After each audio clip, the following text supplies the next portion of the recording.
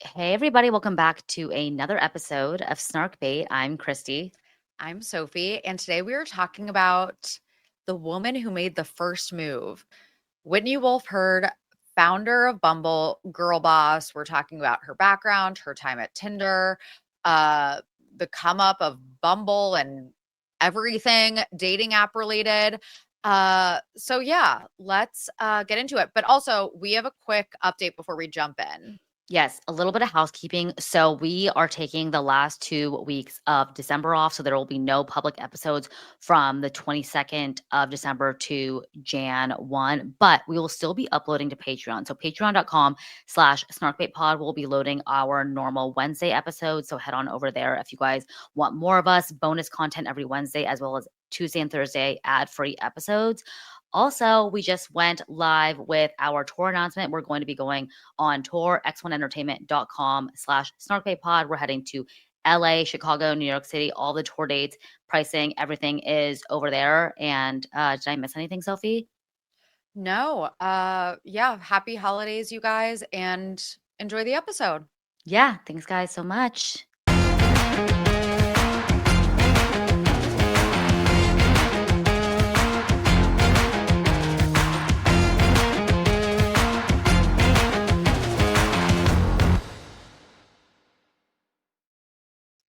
Morning. Morning. How's it going, Christy? I'm just, we were just talking off mic about yesterday, just like Sophie with like our clunky ass setups. Yeah. Both mine and hers. And like Sophie reposted this TikTok of this girl getting overstimulated when she was trying to do a fit check, and she like shoved her chair She out of the way. shoves her chair and goes, move. And And then I'm like, Sophie that's me. Christy saw me repost it and she was like, that's so funny that you reposted that because that's you every morning. no, like I actually was like unpacking. I just gone back from work and I was like unpacking my laptop out of my bag and I was like, like just giggling to myself just because it's so true. Sophie's like, no, I plugged everything. I don't now I'm giving you this like high voice. Yeah, now you're giving me the high pitch voice. It fluctuates. I literally, when Christy and I recorded something yesterday, I signed on and I was like, we've got a problem. No, Because my she camera wasn't literally working. I literally said, we've got a problem. And Christy was like, what? What now? Because no, I plugged everything in and it's still not working. It wasn't. It wasn't. It wasn't my fault. And by the way, like when I saw a comment, I just want to address a Spotify comment that said, when I'm complaining, it makes it seem like I don't want to be doing this show and that it's a chore. I will complain about literally everything. I'm a complainer. So there is nothing I love more. There's no place I'd rather be. Trust me. I will still complain about my fuck ass camera equipment not working. Okay. I'm going to complain. Doesn't mean I don't want to be here. No, I completely understand. The setup is incredibly overstimulating and I get it. There's a lot that goes into there's a method to the madness, guys, but fortunately This fuck ass camera. it's so If you don't know what funny. we're talking about, if you don't watch us on video, we just started using like these fancy cameras, Mhm. which definitely I think enhances the viewership experience. It Yeah. seems, our production quality is higher now. Mhm. Everything is more high quality, which is It's good, professional, yeah. but it's like so annoying. It's so annoying. Every time Also, if you're watching on video, Christy has a really cute little festive like Christmas tree thing that's really cute. So, there's that also. we were telling Jordan because she didn't join our recording yesterday. I was telling Jordan, yeah, you should have seen Sophie yesterday. Like it was like 6 a.m. We got a problem. And Jordan just goes, I can only imagine. Yeah. Jordan's like, that's her like every day. And I'm like, yep. I literally am shoving my chair going, move my broken chair. I hate my chair. I need a new one. I just haven't gotten one yet. No, I know. You guys, if you didn't already know, we're going on tour. We announced last week. We are so excited to see you guys there. And if you've already purchased tickets, thank you so, so much. We're headed to 3 different cities, LA, Chicago, and New York. I was like, I don't want to botch the date. So I had to pause because I don't want to say it incorrectly. But everything is going to be up on our website, x1entertainment.com/snarkbait. You can purchase tickets over there. I am so damn excited. I am so excited too. We are going to be in LA first, and that will be May. Hold on. I should know this. May 15th. 15th. And then we will be in New York June 12th and Chicago June 14th. So save the date, make your plans, tell your friends, buy your tickets on x1entertainment.com/snarkbait. And also, like, if you don't have anyone to go with, go alone. Like, you'll make friends. I promise. It'll be fun and we'll have such a good time. And we're so excited to meet you guys IRL. It's going to be I'm so excited. I know. We have to start planning everything, and we want to make sure it is the bang is the juice is worth the squeeze. You get bang for your buck. We're gonna make it a hell of a show, and we're just more importantly excited to connect with you guys and see you in person, see you IRL, and it's just gonna be fabulous. So you guys head on over to x1entertainment.com/snarkbait. We're also going to put everything in our show notes, our link tree, the link in our bio on our Instagram at snarkbaitpod. If you're not already following, which by the way, what are you doing? Our Dark Energy Tuesday carousels are some of my favorite posts of the week. We post out of how would you describe it, Sophie? Our carousels. It'll be like out of context to like things that we talked about on the episode. And those are always fun. So go follow us there. And yeah, I guess without further ado, shall we get into the episode today? Oh my gosh, I am so excited for you to take us through this person, Sophie. Yeah, so we are talking about Whitney Wolfe Herd, and she is the girl boss founder of Bumble. And don't say I've never done anything for you guys, because I suffered through the movie Swiped, starring Lily James. It is on Hulu about Whitney Wolfe Herd. Also co-starring Stephen fucking DeMarco, aka Jackson White, from Tell Me Lies. And he also plays a demon from hell in this movie. Not a great movie, and also not 100% accurate, but was also enlightening when it comes to her life story. So yeah, in terms of who Whitney Wolfe Herd is, she is the youngest female CEO to take a company public at age 31. Crazy. She became the youngest self-made female billionaire at the time. She also co-founded Tinder, which ended up being a big point of contention in her life, and we will obviously get to that. She was Forbes 30 Under 30, Time Magazine's 100 Most Influential People, Bloomberg 50, et cetera, et cetera. She's been featured on the cover of Fast Company, Forbes, Wired. Yeah, she's a BFD, big fucking deal. I can't believe she took a company public at the age of 31. I remember first hearing about her story, obviously understanding and using Bumble years ago. I remember listening to her on the How I Built This podcast, and her story was incredibly inspiring. And I thought she was so smart, so what's the word? Not creative, but she was doing things differently. And I like that she was very much boots on the ground when she founded this company. She is a definition of just like ambitious, working hard, making your dreams come true. The fact that she was 31, I literally cannot. That's confounding to me. Good for her. And now it's crazy. She can retire. She's 36 and she can literally just sit pretty the rest of her life. Oh, yeah. Like, she is obviously set for life. And she was really, really, really young when she was, she was the only woman in the room at Tinder at first. And yeah, she's had this crazy, crazy journey at such a young age, and just a real go-getter. Innovative. That's the word I was looking for. Sorry. Yes. Very innovative, very smart, obviously. And there's a lot of lore, some scandals there. So I think this will be an interesting episode. So as for her background, she was born Whitney Wolfe, July 1st, 1989, and she was raised in Salt Lake City. Her dad is Jewish and her mom is Catholic. She's actually not Mormon, even though she's from Utah. I thought it was actually like a funny little conversation that happens in the movie where people just assume she's Mormon because she's like blonde and from Utah, but she's not. Yeah. She went to SMU where she majored, and that's Southern Methodist University, where she majored in international studies, and she was a Kappa Kappa Gamma. And this ends up being beneficial to her down the line when she is promoting Tinder on college campuses.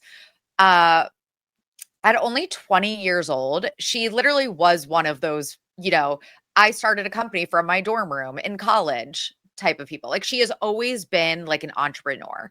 At 20, she partnered with Patrick Oftenkamp, a stylist, to launch the Help Us Project, which involves selling bamboo tote bags to benefit areas affected by the Deepwater Horizon oil spill of 2010. Rachel Zoe, Nicole Richie, plenty of stylish celebrities were photographed with the bags. It got a lot of press. And after graduating college, she moved to Southeast Asia and volunteered with orphanages.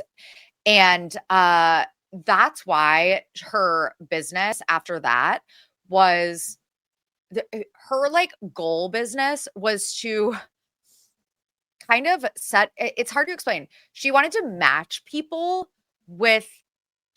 volunteers with like orphanages or organizations that needed help. Like Got it. she that was like her dream. And then people were like, I don't think there's like a lot of money there working with nonprofits, obviously. But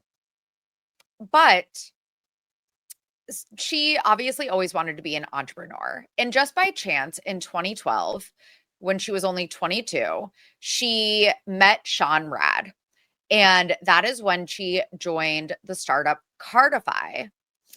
And it was at Hatch Labs, which was an incubator, kind of like a holding company that helps develop apps and media businesses. You lived in San Francisco. I'm sure you're very familiar, Christy. And Cardify was a card-linked offer program that would reward users with like points. And it kind of, would aggregate all of their points in one place. Actually pretty smart, but it didn't really take off. So Cardify was kind of shelved, and Tinder was the big, exciting app in this incubator. And Whitney was boots on the ground, one of the first people there, one of the first women there. And at first it was called Matchbox, but then they were like, Matchbox, it sounds like Match.com. Yeah. And Whitney did a lot of boots on the ground, like going on dates from eHarmony, Match. And she was like, what is the problem? The problem is that these dating websites, they were websites, they weren't apps. The dating websites were for older people. It was seen as like uncool to be a young person on a dating website. Right. So how do you make dating online cool with like a swipey app? And according to Whitney, and this has been disputed over the years, she came up with the name Tinder. And so she was part of the founding team. She was named a co-founder alongside Sean Rad and Justin Mateen, who's played by Stephen fucking DeMarco in the movie, and had a huge role in their marketing.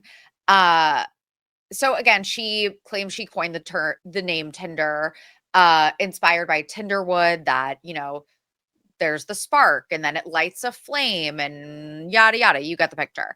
And so what Whitney did, she understood like Greek life and she understood college campuses.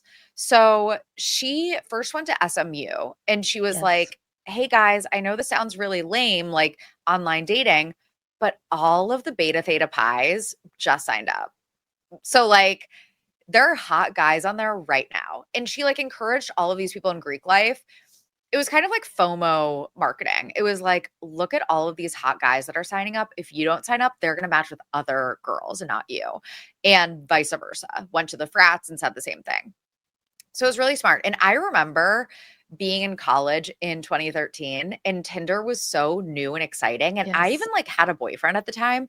And I still remember signing up. I was like with my boyfriend. I wasn't cheating on him, but I was like, look how cool this is. Like it was like so cool and exciting and new. Do you remember this? Oh my God, of course. I remember being in lecture halls swiping with my friends and it was so innovative. Nothing was like this at the time. And to your point, anytime you heard of someone saying, I met my partner online, you're like, that's weird. Like, oh, you went on eharmony.com, you went on match.com. That's for losers. But something about Tinder felt very approachable for young people in college. And I remember listening to her on How I Built This, and she said exactly what you were saying. She'd go to SMU, go to UT Austin, and saying, I was an alumni here. She would like go to their chapter meetings and just like talk about the app and say, download it right now. And I just went over to this other house and they just downloaded it, do it right now. And she would make everyone in the lecture hall or in the chapter house download it. It was genius, innovative, literally had never been done before, when it was like a swipe left, swipe right. It was completely changed the dating game. And interestingly enough, I'm kind of glad we didn't have dating apps throughout college. Like, it only became a thing when I was graduating college, pretty much, because we actually met and hung out with people in real life than we did through dating. But I mean, then it really was amazing. It was. And the swipe feature, and also just how easy it was. Something else that she noticed with like eHarmony and Match.com is that the sign up process felt like a lot of paperwork. And with Tinder, you could be signed up in 2 minutes. And so, and obviously the swipe feature was like, so it was gamified. It gamified dating for better or for worse, you know? Like, yeah. And I think it even connected maybe to your Facebook was huge at the time. Instagram hadn't really even taken off at this point, but I think it also connected maybe your Facebook, so you could just integrate like through their API or whatever, like your photos from Facebook directly onto the app. So like you said, minimal administrative work. Yeah, exactly. So it was groundbreaking. Meanwhile, in those early days, she was dating Justin Mateen, who is Tinder's chief marketing officer and fellow co-founder on and off during 2013. She ended up breaking up with him. And in the movie, how this is portrayed, and by the way, the movie was not authorized by Whitney, and she is still under an NDA. So it wasn't authorized. All of the, you know, dialogue and things like that were based off of reports and public information. And allegedly, she was raising the red flag about, you know, dick pics and sexual harassment and unsavory men on Tinder. And the other Tinder co-founders, who were all men at the time, were like, okay, we don't really give a fuck. And so that was a point of contention. And she ended up breaking up with Justin Mateen, and he retaliated against her and kind of shut her out of the business, sent her really horrible text messages, called her a slut and a liar. He became verbally controlling and abusive, allegedly. And she had no choice but to resign. So in June 2014, she was only 24. And she sued Tinder for sexual harassment, alleging that her ex-boss and ex-boyfriend, Justin Mateen, called her a whore and gold digger, bombarded her with threatening and derogatory text messages. And she also alleged that Tinder, owned by the Incubator Group and Match Group spinoff, had wrongly stripped her of her co-founder title. So Justin, it seems like, retaliated against her by shutting her out. And she also alleged that it was, you know, this misogynistic frat house culture, and that Sean Rad, the CEO at the time, ignored her complaints and said that she was overly dramatic and just did not take her seriously. And she also alleged that her title was stripped from her because of her gender. She alleged that in 2012, Mateen said that having a quote unquote girl founder devalued Tinder. And so that is when her title as co-founder was removed a year later. Girl I founder. can't, I'm trying to So think back to what the climate was for just gender roles in 2013. And it's been a while, obviously, but I feel like this was maybe around the time the girl boss era like hadn't really come up quite yet. I feel like at this time in 2013, when they were off and on dating, and this Mateen guy was like, ugh, girl founder, it wasn't cool to have a diverse C-suite group. I don't know. It's interesting because I feel like the narrative has changed so much, and having a girl founder in today's world, if they were to start this app, albeit it probably wouldn't be nearly as successful because it's so saturated, but I feel like that would just be a selling point. Yeah, exactly. They also thought that having 5 co-founders was like too many. And it's like, okay, well, that's your fault that you didn't come up with the idea on your own. You needed 4 other people to do it. And Mateen allegedly also told her that it would be considered quote unquote slutty for her to be a co-founder of a quote unquote hookup app like Tinder, and that she was a desperate loser. Basically, like just like called her every name in the books. And she sued them and she wanted more than 1 million, but allegedly her lawyers were like, this is not a winning battle. This is not a battle that you're going to win, unfortunately. So she ended up settling for only 1 million, even though she co-founded this massive app. What? And I know, and had to sign an NDA. Oh God. And then eventually later fucked that up. year, both Justin Mateen and Sean Rad were forced to step down, even though the company denied any wrongdoing. It was just, yeah. It wasn't a good fit. When C-suite It wasn't a executives leave good like that, especially when it's a founder, it just means that they're Yeah. promoting a culture that is not congruent with growth. And Yeah. they're just not the good fit. They just seem like two frat bros that had a genius Yeah. idea that weren't set to be C-suite executives. Yep.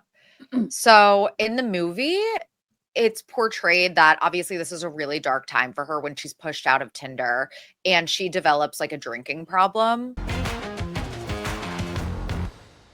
You guys know by now, Baxter is literally my entire world. And especially this time of year, I'm all sentimental and thinking about how thankful I am for him. We're already a Chewy family. It's where we go for all things Baxter, which is why it was a no-brainer to join Chewy Claus. Chewy Claus is making pet wishes come true this season. From November 4th to December 24th, share your pet's wish at chewy.com/chewyclaus. It could become real, and it helps others too. Each wish triggers a donation of 5 meals to shelters and rescues across the country. Submit through the Chewy app and they'll double the donation. A wish for a pet really is the wish that keeps on giving. Shelters and rescues can join in on the joy by submitting their own wish list to Chewy Claus. Their community can find their wish list and donate items directly to them.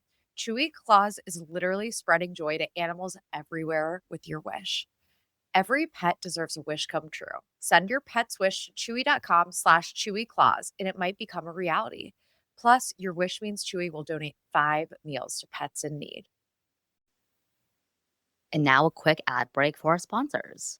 Isn't it kind of ironic how those people you love the most are so often the hardest to shop for? Like a grandparent or your mom who says she doesn't need anything. Yeah, right. But a special and personal Storyworth memoir is a perfect gift for those loved ones this season. Here's how it works. Each week, Storyworth emails your loved one a memory-provoking question that you get to choose. Something like, what are you most proud of in life? Your loved one responds to each email with a personal story. They can even record it over the phone for Storyworth to transcribe. It's so easy, even for your least tech-savvy relatives. After a year, Storyworth compiles all the stories and photos into a beautiful keepsake hardcover book. These seriously make the perfect sentimental gift for that family member who's so hard to shop for, but so important to you. Give your loved ones a unique keepsake that you'll cherish for all years. Storyworth Memoirs. Right now, save $10 or more during your holiday sale when you go to storyworth.com/snark. That's storyworth.com. But she lands on her feet quite well. She has the idea. First, she actually has an idea for a female-only social network centered around compliments. She said it was going to be called Merci. She says, I was broken, and she was trying to give some purpose to the trauma she experienced. So she was like, how about a women-only social network? No compliments on, physical appearances, just compliments on who they are as a person. But she eventually got an unsolicited email from Andrey Andreev, a Russian billionaire founder of Badoo, which is one of the biggest social dating/social platforms in Europe. And I had never heard of it, but it's huge in Europe and has been for a while. And he pointed out that, he was like, I'm familiar with what went on with Tinder. And just so you know, there's not a non-compete in, all of the Tinder documents that you would sign. Rookie move by Tinder, am I right? Yeah. So he was like, I want to take all of the knowledge that you have from working at Tinder, there's not a non-compete, and turn that into something really new and exciting. And he wanted to bring her on as CMO, so he did. And at first she was like, to his job offer. But then, she pitched him on her idea. And and he was like, okay, I like your idea, but how about we do dating? Because that's what you do really well. And this time you'll be in control and so will women. So that's kind of where the idea of Bumble came from. Did you ever like use Bumble, by the way? Oh my God, of course. I feel like Hinge is certainly the app of choice in 2020 world, but I would say between 2015 to 2019, that's how I met a lot of people when I was dating in San Oh, Francisco. good. Everyone was using Bumble. Now I think a lot of people just use Hinge. But what I will say about Bumble is I remember it being obviously the biggest differentiator between Bumble and Tinder, which we're about to get to in a moment, is Bumble is where the woman makes the move first. The men cannot Yes. initiate the message to the woman. It has to be the woman to the men. And also the match will disappear within 24 hours. So it makes you constantly have to check the app to see if you have any new Yep. matches. Otherwise, it'll disappear. I remember that being pretty controversial as the years went on, as women were getting tired of having to make the first move. They thought it kind of derailed like heteronormative gender roles whereby women want to be courted, they want to feel like they're being chased. And I Mhm. feel like I may be jumping a bit ahead, but I feel like that's kind of where I felt the demise of Bumble was that women were Yeah. just getting tired of having to do everything. We raise Yep. families, we're cooking and cleaning, we're responsible for the kids' schedule, and you want us to make the first move? Like, no, no, no, no, no, no. But I think at the time it was very much the preferred app between the period that I said, 2015, 2019. Yeah, I remember it being really popular in the early, I guess, mid 2010s, like early Yes. aughts when I first moved to the city, along with, Tinder was still popular, Hinge was popular. I never really got into Bumble, and I hate how backwards it sounds. I didn't like making the first move. I was No. like, it felt like a lot of work. And I was like, Yes. I want the guys to message me. I never really got into it. I met my husband on Hinge, and I met, plenty of ex-boyfriends on Tinder. I never had any sort of relationship or anything come out of Bumble. And that's not to say that I know plenty of people that have gotten married from meeting on Bumble. I just didn't like that aspect of it. And also the matches going away after 24 hours felt really stressful to me. And I just didn't like it. But a lot of people did. Yes. And she made sure that she was like in control. She basically told Andrey, she was like, I actually want to be CEO. And he was like, okay, he acquiesced to that. And she was allowed to be CEO, founder, and a 20% owner, fully Wow. financed by Badoo and Badoo's infrastructure. And she said one night over cocktails, she kind of thought about Bumble's special sauce. I always wanted to have a scenario where the guy didn't have my number, but I had his. What if women make the first move and send the first message? And if they don't, the match disappears after 24 hours, like in Cinderella, the pumpkin, and the carriage.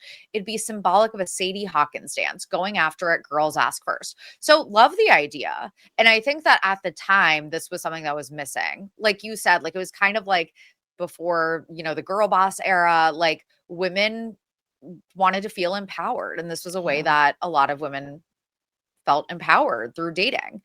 And so at just 25 years old, she was the founder and CEO of the new app Bumble. And it was called Bumble because, there's a hive and it all revolves around the queen bee. So you're the queen bee in the scenario. And she moves to Austin in 2014 to kind of set up the headquarters there. And it works like, any traditional dating app. Two users of the opposite sex match by swiping right. But the woman, like we said, has to send her potential date a message first. Now that has changed, but this was, how the app started.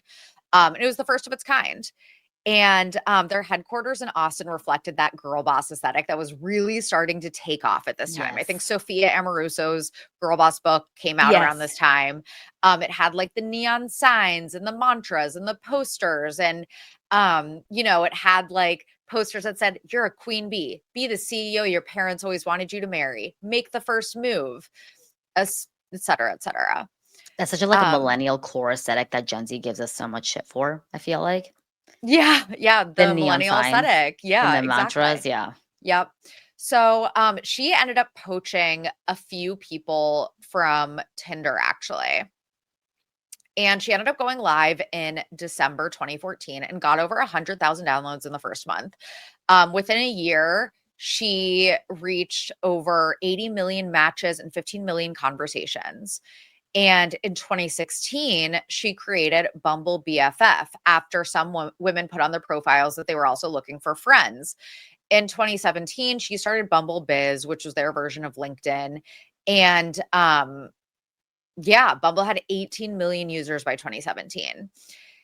Also, that year, Match Group tried to acquire Bumble for $450 million, even though they were worth way more than that, according to any valuation. They were worth about $1 billion at this time.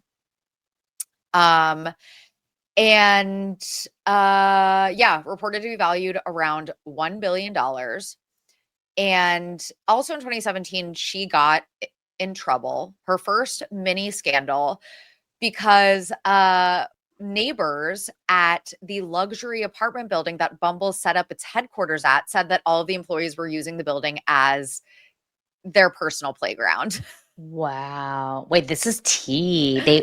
Yeah, I never lived in a high-rise apartment in my life, but I remember always thinking that would be so fabulous, having pools, having gyms, beautiful like common areas, amenities, pool tables, places where you can watch Yeah. games with like everyone in the building. That's funny that they were basically using it as if they were Yeah. residents. So they had originally had a 2-bedroom apartment on the 31st floor that had repurposed into its startup office, but they started taking over all of the amenities because the company had just like ballooned. It had Yeah. like swelled in size with all these employees. So they were taking over the pool, the rooftop, all of like the amenities like the gym, the common spaces, the parking lot, like everything. So it became, this whole thing. Also in 2017, she married her husband, Michael Hurd, a oil and gas heir, and they met on a skiing trip in Aspen. And it's actually funny, their wedding was featured in Vogue, and their meet cute is like so obnoxious. Like they were like, I feel like they were both very shishi. He obviously was an oil and gas heir. Yeah. And, they're like just trying to like show off to each other their ski skills. It's just like so funny. In Aspen, nonetheless, like one of the Yeah. most coveted cities in the Yeah, and country. it's also so funny in the movie, her husband is depicted, it's depicted differently how she meets her husband, but it's also depicted like she made the first move. But her husband in the movie is depicted as this really hot cowboy. Is So he I'm looking at him, Michael Hurd. Yeah, I mean, he's fine. I he's wouldn't fine. He's like literally a supermodel in the movie, which I think is funny. I wonder who would play me and Henry in a movie. Who would you wanna play you? I don't know. People tell me on TikTok I look like Jodie Comer. I don't know who that is. I don't see it, but that is who I get sometimes. And then Henry, who would play? He's gotten Paul Rudd before, so maybe Jodie Comer I and could Paul see Rudd. that. But yeah, so she married her husband that year. They ended up having 2 sons, and they had an extravagant, like I said, it was in Vogue, it was an extravagant destination wedding in Italy. They have 2 sons born in 2019 and 2022. Okay, let me find my spot. Where did I end up? Okay. In 2018, the app had over 40 million users, and the revenue run Wow. rate climbed to $200 million per year. Jesus. Yeah, so she is also on the cover of Fast Company and Wired that year. She's named Forbes 30 Under 30, Bloomberg's 50 Most Influential, et cetera, et cetera. That is also the year that Match, Tinder's parent company, sues Bumble over patents. Oh. So they sued Bumble for patent infringement and misuse of intellectual property. They allege that Bumble copied Tinder's world changing card swipe based mutual opt in premise. The lawsuit also accuses Tinder turned Bumble employees, so the ones that Whitney poached from Tinder, of Yeah. copying elements of the design. They said Bumble has released at least 2 features that its co-founders learned of and developed confidentially while at Tinder in violation of confidentiality agreements. There wasn't a non-compete, so And honestly, I'm thinking about this just having worked in tech, like basically my whole career. This happens all the time. Engineers get poached, they replicate like certain like IP. Like this is very, very yeah. common. This Yep. is I'm not saying it's necessarily right, but it's common in the tech space. Yes. And this is just funny. It seems more of like a vendetta against Yep. Whitney than anything. Yep. So that's exactly right. People speculated that the lawsuit was Match Group's way of trying to force Bumble's hand for a deal to buy them. And it's not the first time this would happen. J-Date apparently did this with J-Swipe back in the day. So Bumble actually responded later that year by suing Match Group for $400 million. And they accused Match Group of fraudulently obtaining trade secrets during acquisition talks. They alleged that Match used the pretense of a potential acquisition to gain access to confidential business information, which it then leveraged against them. Oh. And they said that it was that Match's lawsuit was a strategic maneuver to disparage the Bumble platform, poison it in the investment market, and discourage other potential investors or acquirers. And it said if they won this lawsuit, they would donate the proceeds to causes and investments supporting women. Yeah, and I feel like at this point in 2018, when Bumble basically countersues Match Group, Yeah. this was at a time, from my recollection, Tinder had a very bad reputation. Yep. It felt more of like a hookup app. To your point, it was founded by fratty dudes, and it seemed like kind of like a fratty app. You weren't there to find a relationship. You were there to have a one-night stand, and I feel like they were kind of sticking it to the man. Like, all right, you're going to sue us. Well, you guys are disgusting, and we're going to like push us right back to you. I don't know. The culture between the two apps was fundamentally very different at this time. Yes, absolutely. They were polar opposites. And that's what Yes. kind of made Whitney this like folk hero. It's Yes. like you have this like fratty, like hookup culture that is Tinder. And then you have the feminist women make the first move, Bumble. Yes. And eventually they both ended up dropping their lawsuits later that year, but they remained engaged in ongoing intellectual property litigation.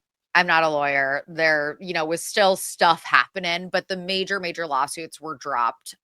They ended up, figuring it out, I guess. That's one way to put it. They figured it out. But still, we're having disputes about other trade secrets and stuff like that. And it was widely viewed as a PR battle ahead of Bumble's eventual initial public offering, their IPO. And basically, Match was, trying to bully Bumble, was the impression, and interfere with their growth so they could buy Bumble for cheap. And during this period, Bumble took out a full page ad that said, "We swipe left on you," in response to Match's hostility. I remember this. Do you remember this happening? Gosh, I do not, but this is a very biting letter to Match Group from Bumble. It's really long. And this was obviously public. Like we said, it was a full page ad. It said, "Dear Match Group, we swiped left on you. We swiped left on your multiple attempts to buy us, copy us, and now to intimidate us. We'll never be yours, no matter the price tag. We'll never compromise our values. We swiped left on your attempted scare tactics and on these endless games, et cetera, et cetera." Which smart It's so move. funny, actually. Sorry to interrupt. Now that you're talking about this, I actually worked with a CFO who was part of Match Group. Really nice guy. I'm like, he wasn't fratty at all. Yeah, but I guess that was like much later. But I'm just like putting that together. But I guess maybe the culture changed. But yes. Random anecdotal thing. Yeah. Yeah, I mean, I worked in places that felt like a frat party before. Yeah, 100%. Like there are certain places I worked, I'm like, there was definitely not everyone is complicit. Yeah. So in 2019, there is an expose in Forbes about Badoo. And remember, that is Bumble's parent company. Right. Badoo is ran by Andreev, the Russian. And they reported a sexist, sordid culture. They interviewed 13 former employees, and they reported drug-fueled parties, software updates named after porn stars, inappropriate remarks towards women made by Andrey. And a lot of the stories from the Forbes article took place before Bumble's creation. A lot of the time frame was in the early 2010s. But it still wasn't a good look for Whitney and Bumble. And she took a stand. According to the movie, it took some prodding for her to eventually speak out, but she did. She said, "I'm saddened and sickened to hear that anyone of any gender would ever be made to feel marginalized or mistreated in any capacity at their workplace. As a woman who has been through dark times, please know that I am deeply sorry for anything that could have taken place that made anyone feel uncomfortable before my time building Bumble." Badoo denied these accusations. They called the report reckless and said that, the former employees were just bitter. And but the allegations were really bad. There were reports of like blowjobs happening in the office, people What? naked doing lines of coke, Oh my God. like sex workers at company parties, fat Oh, that's not shaming, good. misogyny, like you fucking name it. And So that soon that after shit this always investigation, that show should always start the tone at the top too. It's yeah, always a like CDC CEO that's creating this culture that these things are appropriate to do in the workplace, like having sex in the stairwell, doing lines of cocaine at your desk. Like this is a tone at the top thing. This is actually shocking because Whitney was she was pushing so hard to like fight against that as yeah. it pertained to Tinder. And the criticism that she gets, and some of this is portrayed a little bit in the movie, is that, she wants to go against this frat culture, but when it's working for her, she's fine with it, is kind of the criticism. Like at Yeah. Tinder, she was okay with the frat culture while she was the only woman in the room and they were respecting her. And then as soon as she was no longer respected, then she, was against it. So that is Mhm. just criticism that she gets. Obviously, she has a very unique experience, not trying to discredit that. But yeah, some of the female employees at Tinder said that she didn't care when she was benefiting from it. So soon after this investigation, Andreev sold his stake in Badoo, and then Blackstone bought out the parent company of Badoo, Magic Lab, which also owned Bumble.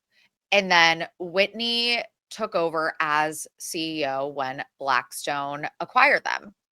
So they acquired a majority stake in the parent company, valuing it at about $3 billion. Andreev exited the business. Like I said, Whitney was elevated as CEO of the newly renamed Bumble Inc. with roughly a 19% ownership stake. And by this time, Bumble had an estimated 75 million users globally. Also in 2019, she championed the passage of a Texas House Bill 2789, which made the sending of unsolicited explicit images a punishable offense. So go Whitney for that. In 2020, Bumble Inc., like we said, became the parent company. It replaced Magic Lab as the overarching parent company of both Bumble and Badoo. As of 2020, they had over 100 million users worldwide. So in 2020, the Match lawsuit that has been ongoing for patent infringement reaches a settlement. In June 2020, Match and Bumble jointly announced that they had finally reached the settlement to dismiss all of the litigation with no further details of the agreement being disclosed. And there was no final court ruling. We don't really know what happened or how valid any of the claims were or if anyone infringed on anyone's patent because they figured it out. I'm glad the girls decided to kiss and make up. Yeah. Okay.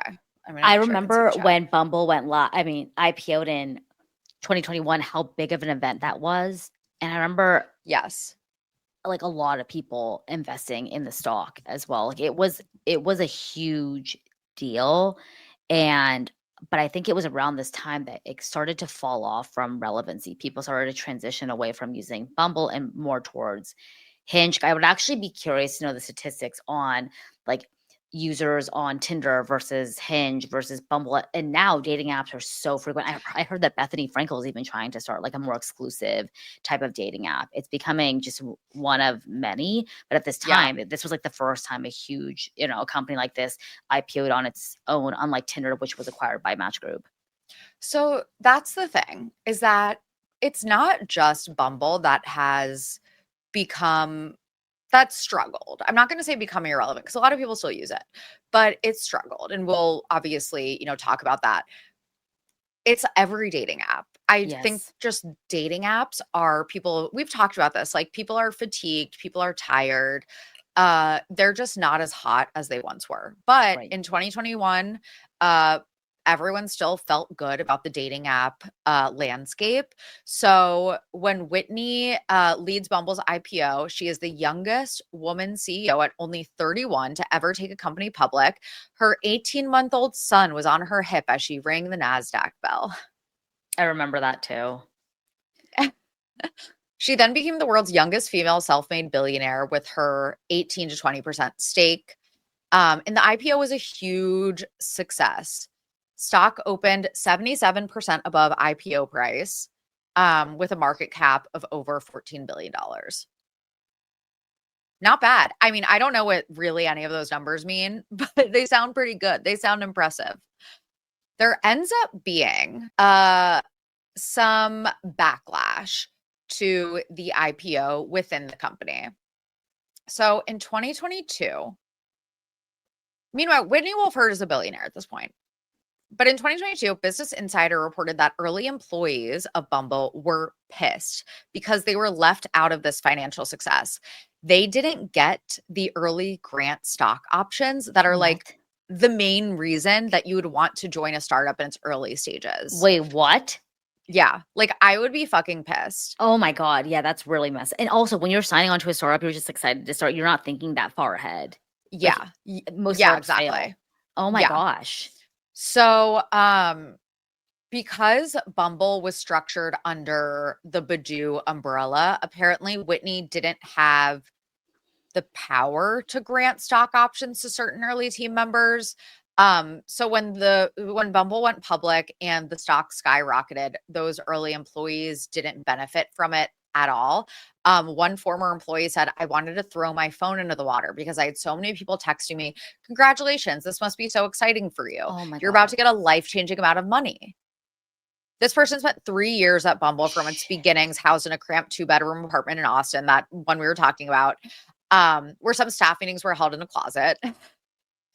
And the ex-employee, along with dozens of other early Bumble staffers, had helped create a wildly popular dating app that would go on to be used in 150 countries, but they had no equity in the company. Oh my gosh. I actually cannot even believe this. This is unheard of.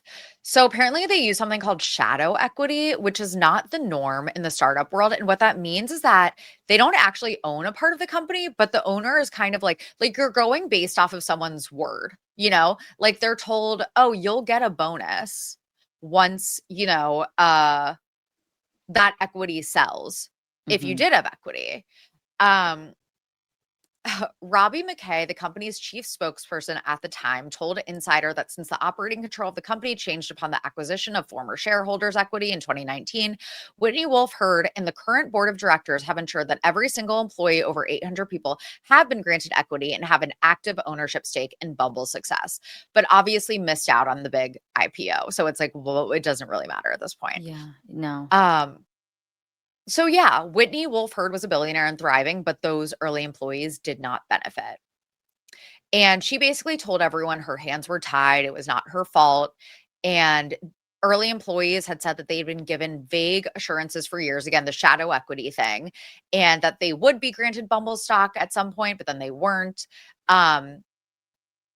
So yeah, they felt like Whitney could have done something, but she says her hands were tied. And meanwhile, she's sitting on like $1 billion. $1 billion. She's so wealthy at this point. Like she could have given up even a little portion of her wealth to give it to her 70 OG employees. Exactly. And people thought this was ironic given how she was pushed out of the company that she helped start during its startup phase, Tinder. And so it's like we're acting like you are all about people getting their credit and giving employees their credit for their hard work. But here you are raking in $1 billion and those early employees are getting nothing. Right. In November 2023, Whitney announced that she would enter the role of executive chair, stepping down in early 2024, stepping down from the CEO role, with Lydiane Jones stepping into the position of CEO of Bumble. But after a year of transition, it was revealed about a year later that Whitney was going to return as CEO. And during this time, Bumble has been experimenting with AI features, like AI matchmaking concierges, which again, I think just speaks to how dire some of these dating apps feel these days. Now that AI is even getting involved, it's just, oh my God. Yeah. And in 2024, just in general, like we said, dating apps start to flop. People are reporting bad experiences on them. Gen Z is going off of them. People are really fatigued, and all of these companies are starting to suffer, not just Bumble. But the stock price goes way down. Their stock price actually dropped by 86% since their IPO. That does not surprise me in the slightest. It was Yep. the hottest stock at one point, and now, I mean, at least just from my sample population, no one's using this app. Yeah. And same with Match Group. Like Match Yeah. Group, their stock price also went down a lot. So in 2024, Bumble decides to do a bit of a rebrand, and they ended up ditching the feature that let women message men first, Finally. which is interesting because it's like that's kind of what made the app unique, and it's not for everyone. Like I said, like I didn't like that, but a lot of people did. So it's interesting that they ditched what made them unique to begin with. Right. They launched a new opening moves feature, and that means that while women can still initiate a conversation, they now have the option to set a prompt for their matches to respond to, which allows men to respond to that prompt and start the conversation. That's So like again, Hinge basically, too. They have yeah, it's like prompt-based Hinge with the answers. prompts. Yeah. I feel like Hinge started prompts and then everyone like copied Hinge for that. Yeah. But it's it's a smart thing. It's like good conversation starter. But yeah, basically defeated the initial purpose of the app. Like that's literally like any other app when men can message you first. But um apparently they had received feedback from women like me who found that making the first move was a lot of work or a burden. And Whitney began thinking about how to release the pressure. And opening move, she said, is a result of that process, a way to let women maintain control while not feeling the stress of initiating all of the conversations. So fair enough, I guess. Fair enough. As for 2025, some recent drama that has happened with, the layoffs that will accompany a company that is floundering. They end up doing large scale layoffs in July of this year, mostly at Bumble's London office. And on a Mhm. company wide call, Whitney told everyone what was going to happen. So, as someone who's been laid off before, there's no right way to lay people off, but somehow every company always gets it wrong. Like they always do the worst possible way of laying people off. I know. What was your layoff story? My layoff story is I was working for a millennial media company that you have definitely heard of. And it was very girl boss feminism. Sure. This was 2017 when I got laid off. Yep. And Peak girl boss feminism, some would peak say. girl boss. And I was out with my coworkers because we were celebrating. We were like doing a farewell party for one of my coworkers that was leaving. And then some of us got calendar invites. It was like 10 p.m. A few of us got calendar invites that said, meet on the HR floor. You have a meeting at 9:30 a.m. with HR on the 13th floor, which we knew was the HR floor. Yeah. And only some of us got those invites. So we knew what was happening, immediately knew. And I was up all night. It was 10 p.m. the night before. So I didn't sleep, obviously. I knew what was happening. It was horrible. And I spent the entire night spiraling. Yeah. Oh my God, it was awful. So much. Getting laid off is very traumatic. And again, there's no good way of doing it, but they always botch it somehow. Like every layoff story I hear is worse than the last. You know what's funny? So when I got laid off, this was in 2021 or 2022, I want to 2022.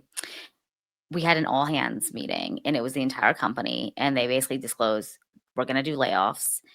And all of a sudden in this call, my internet, my VPN just gets cut. I had no idea what was happening. And I had gotten hired just 5 months prior. So I didn't even have anyone in my coworker. This was all via, remote work. I just had them on Teams, or excuse me, like whatever, Teams, Microsoft Teams.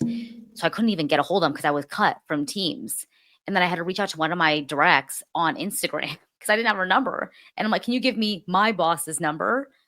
And fortunately, the company made it right. Like I got really good, like a good package, fortunately, but it was so traumatic because I couldn't get a hold of anyone for My almost an God. hour.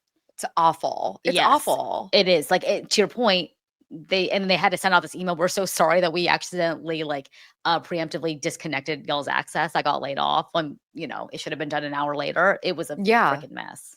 Oh my God, such a fucking mess. Yeah. I heard recently about a layoff at somewhere where I used to work. And unfortunately, I know people that got laid off. I mean, it's been a horrible year for the job market in general. I know, sadly, lots of people that have gotten laid off this year. It's awful. But they basically had a company-wide, like, all hands, and they were like, okay, so some of you are going to get a calendar invite after this. And if you don't get one, you're safe. But if you do get one, you're unfortunately one of the people who we have to cut. So it's like you're just sitting there like waiting. Yeah. It's like just awful. I've been at a company after that did that exact same thing. I know it's very traumatizing. It's so traumatizing. Yeah. Okay, so Whitney has to lay off about 30% of the staff. And that included like 160 jobs in London specifically. So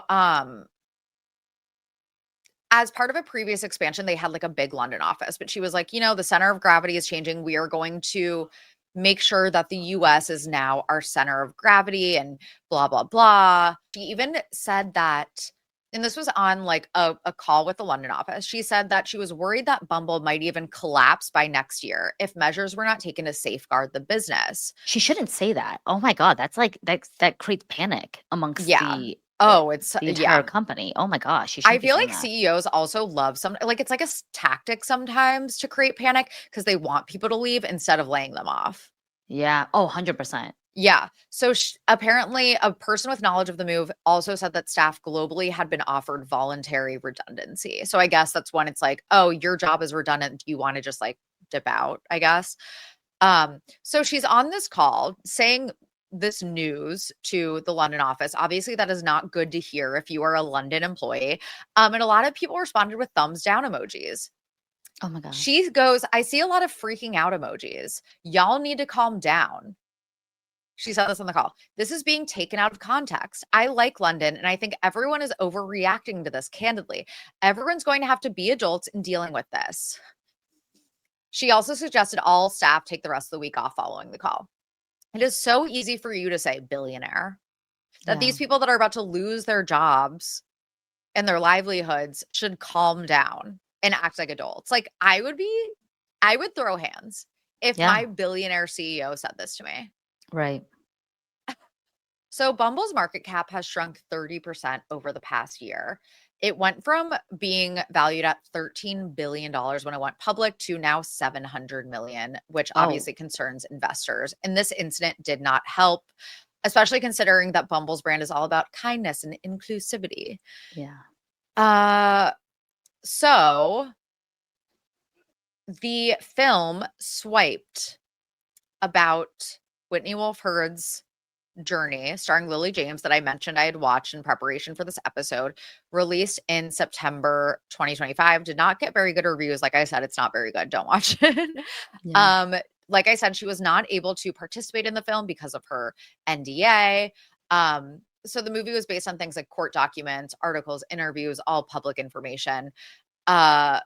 Critics criticized the movie for feeling like it was like a PR puff piece, which is how I felt. It felt like a glowing portrait of Whitney. So even though she wasn't involved, it was made by like super fans of hers because it makes her seem like she is like just a really, really, really benevolent, which, she started her career by wanting to match people with orphanages. So I think she definitely is there is a side of her that's very benevolent and really cares about charity and giving back. But there was no criticism at all of how she has handled certain situations. Um, and when the movie was announced, and this is according to like Daily Mail and Page Six, so like take it with a grain of salt. Former Tinder employees came out against Whitney and said that, you know, it was bullshit and that her role as co-founder of Tinder had been greatly exaggerated, that she never even came up with the name Tinder, et cetera, et cetera. Former colleagues, and this is from the Daily Mail, former colleagues of Bumble founder Whitney Wolfe Heard say she hit her boss, called one woman an anorexic bitch, and used the N word. Oh my God.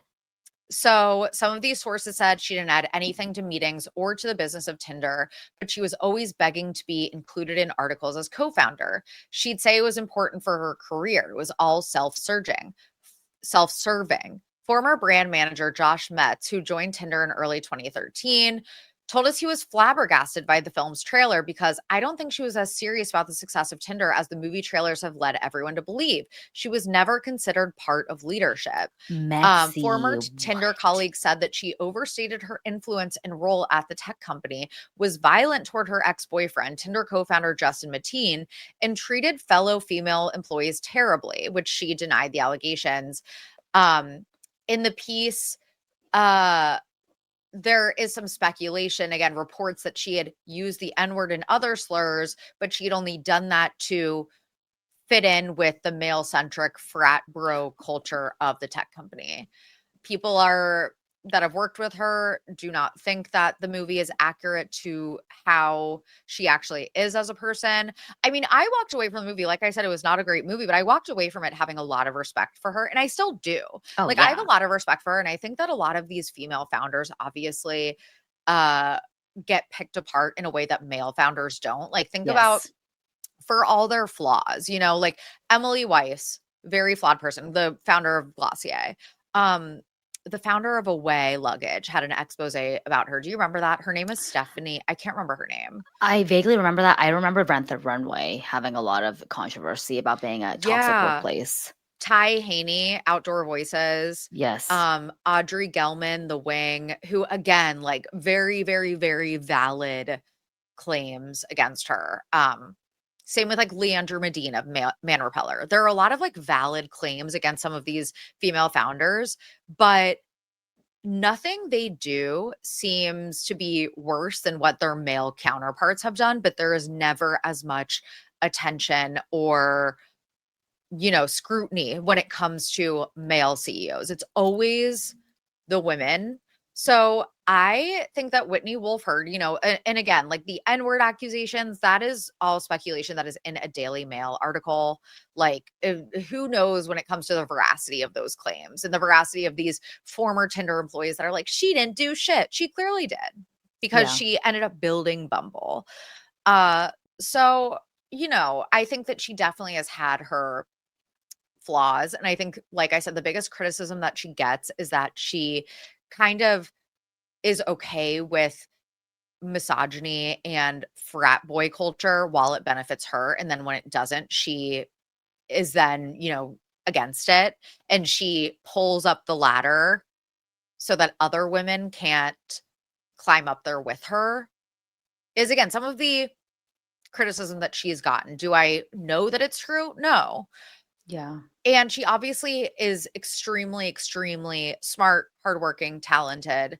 By the way, Steph Corey is the co-founder of Away Luggage, who there was an expose about her. Yeah, do I think that she deserves some criticism? Definitely, for some of the things that she has done. But overall, I think that she is a pretty, you know, just run-of-the-mill success story. And any Yeah. founder is going to have, you know, some unsavory stories about them. And again, I feel like it's women who are torn down the most when they are founders Yeah. and CEOs. What do you think? I think that in order to be an executive at any company, there is a level of callousness that you have to have to get to that top. You have to look at who on your team is not meeting the mark. You need to be comfortable with laying people off that you really like. Like, and that's just being an executive or being high up at a company. It's another thing to found a company like what Wolf Herd did and turn it into this behemoth of a company that is like over, Yeah. multiple hundreds of millions of dollars worth. That's like a whole other thing where not only are you the leader of a company, but you actually founded this. This is literally your baby, and you have a level of protection and just ambition that you would do anything to maintain its success. I mean, the fact that she stepped down temporarily as CEO and was replaced by that woman only to come back like a Yeah. year or so later or whatever it was, shows that she genuinely wants to see it succeed. She doesn't have to work any other day in her life, but she wants Yeah. to go back and contribute to the company, contribute to its success.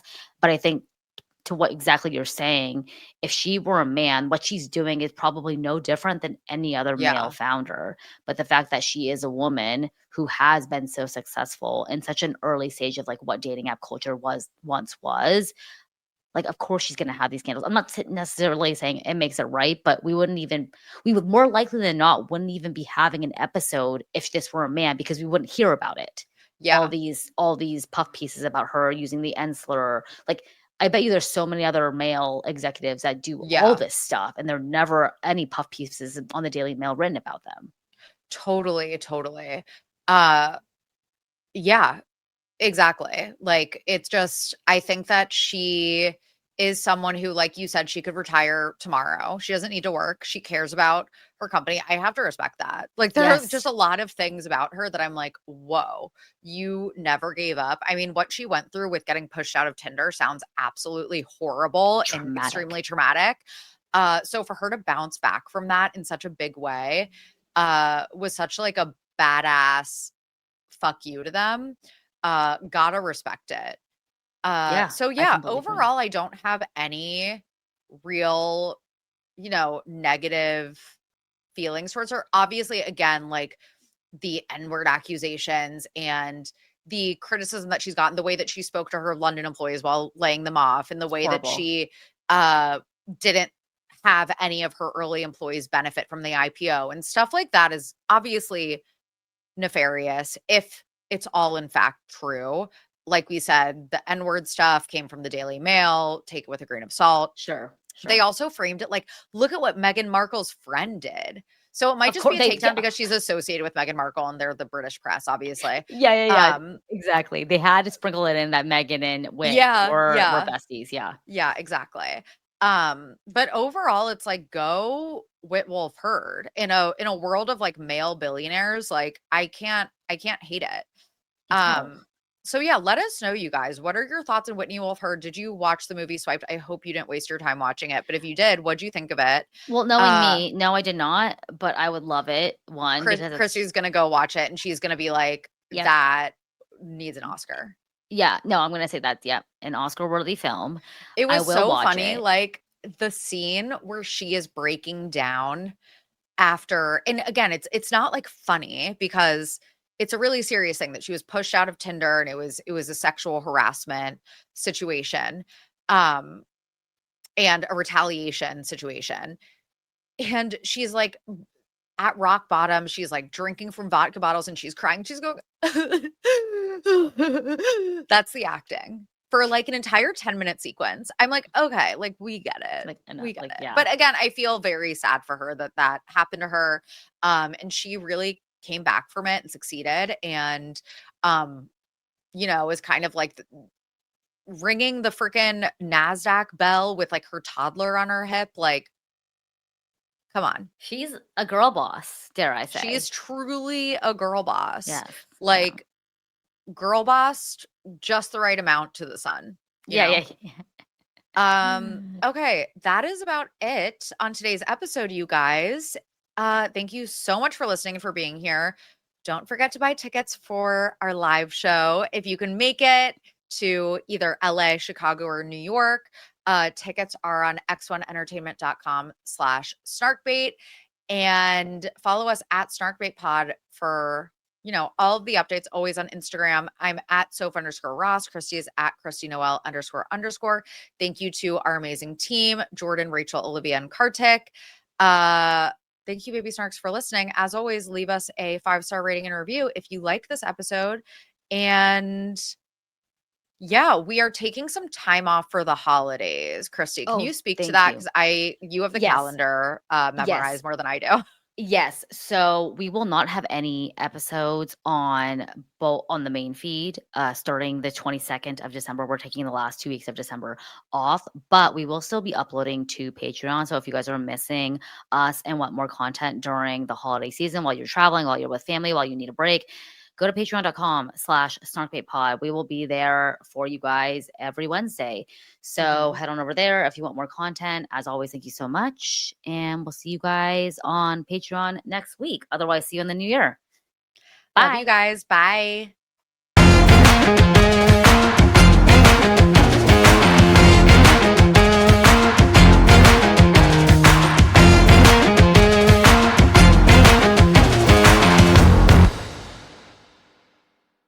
.com/snark to save $10 or more on your order.